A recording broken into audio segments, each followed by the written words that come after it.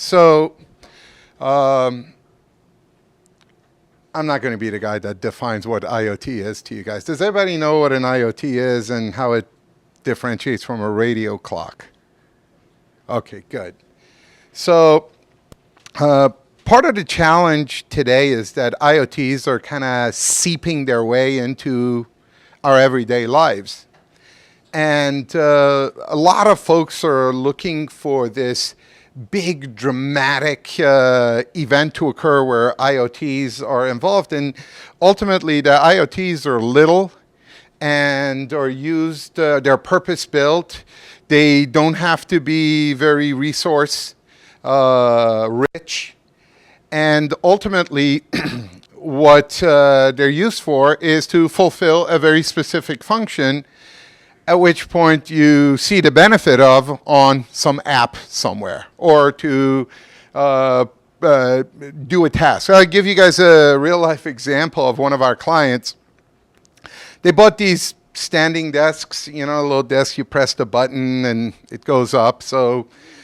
And these desks had this feature in them where you could determine who it was that was using the desk and how long they were sitting and how long they were standing, so you could cross-reference it to productivity. Well, the IT folks had absolutely no clue that these desks were feeding this data to this application. Because the guys showed up, they asked somebody, hey, what's the Wi-Fi password? Well, here it is. And now they had 600 desks on the Wi-Fi network feeding data. And it was not substantial data, or certainly not substantial enough to fall within the variance margins for folks to say, oh, wow, look at the increase in usage. So that's the challenge. IoTs are seeping their way into our lives, and a lot of us have IoTs in our homes, at work. You know, you look at the Nest thermostat, you look at, the door locks, all of those types of things. These are all IoTs. Surveillance cameras that are used to conduct massive denial of service attacks that cause internet brownouts. In this day and age where carriers have 100 gig backbones remote, to cause a brownout on the internet is not easy at all. But somebody did it using IoTs. So that's the challenge. IoTs have seeped their way into our lives. The problem is, if you think that you're going to use your firewall or your network security tools or Symantec or McAfee to secure this stuff, then you're going to be in for a surprise. IoTs are purpose-built often, very little resources. You know, some of the IoTs we work with are $5 devices. They have a different lifespan than traditional network technologies. So traditional enterprise technologies are 3 to 5 year technologies. IoTs are 8 to 20 year technologies. By virtue of how they work and the fact that they're distributed, means that in almost every case, IoTs have a remote application. And this alone is one of the greatest drivers for why traditional security doesn't work. Think of it this way. You've got an IoT on a Wi-Fi network here, right? It's public Wi-Fi. It could be the internet. It could be, for public use. That IoT now has offers privileged access to some application that's probably running at Amazon or Azure or wherever in a data center. And then it's being managed by a group of folks. It could be a managed service provider, or it could be your own team. So it is very possible that the network that the IoT runs on, the IoT itself, the infrastructure that the application runs on, the application itself, and the people who manage the platform all be third parties to each other, right? That vending machine right there, you see the little antenna sticking up? That's an IoT. And this IoT is using a public network, and it's communicating, and it's doing financial transactions. Plus, it's probably feeding hardware statistics and telemetry. And on top of that, it's also doing stock levels so that somebody knows to show up because the six-pack of Oreos are empty.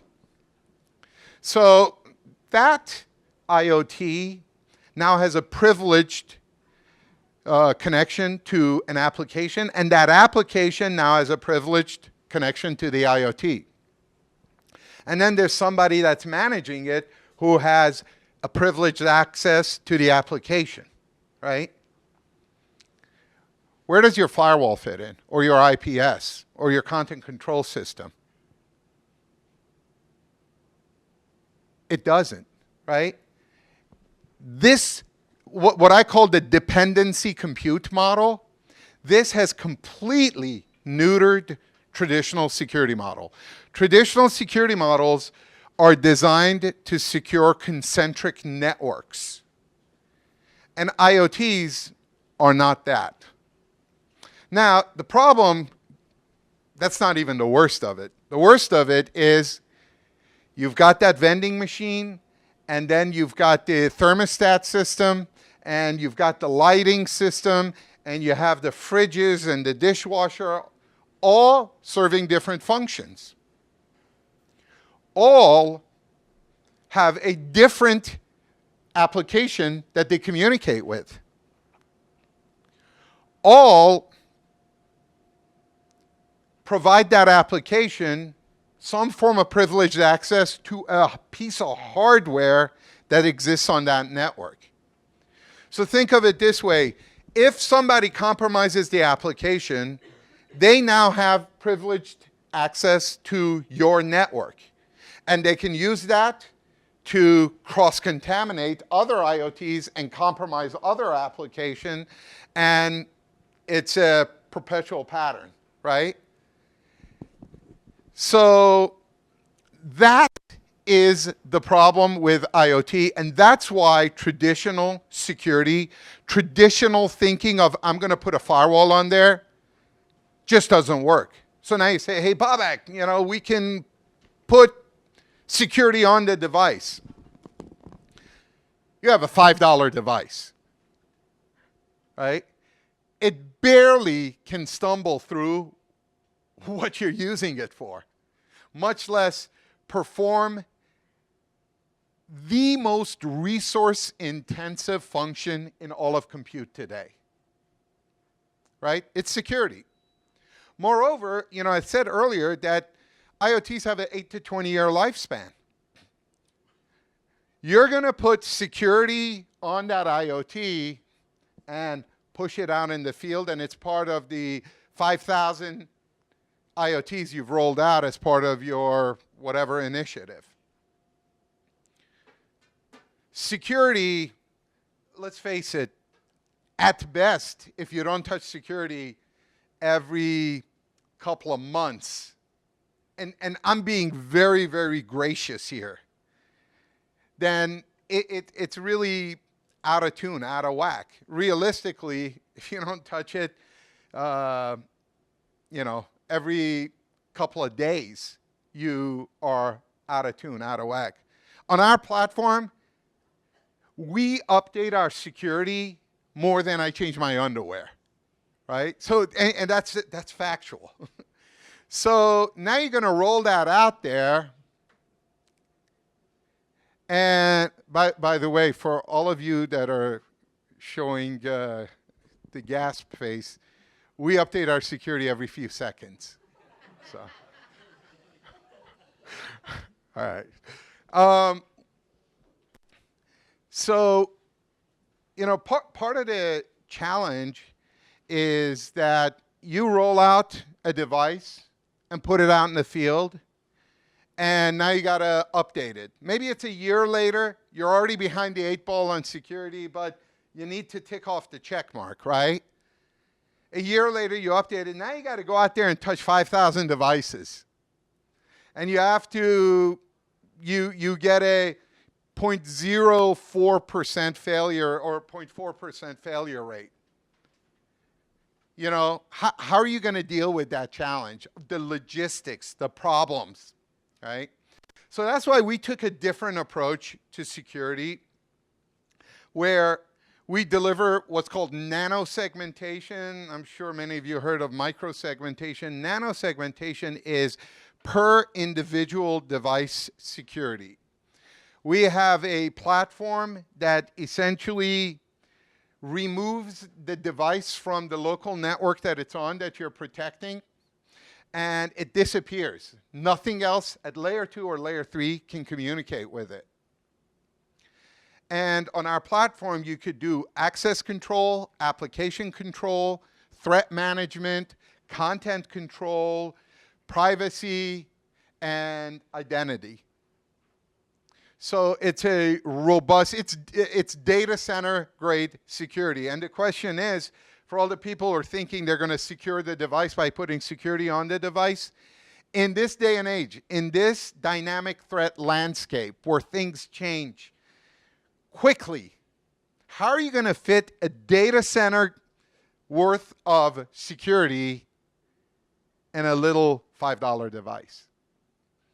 So our platform is pretty robust. If you guys are interested, I could talk more about it to you.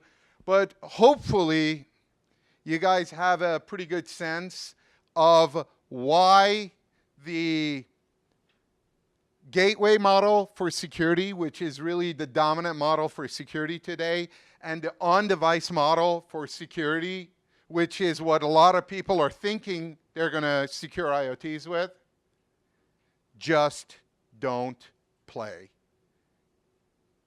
Thank you very much, guys.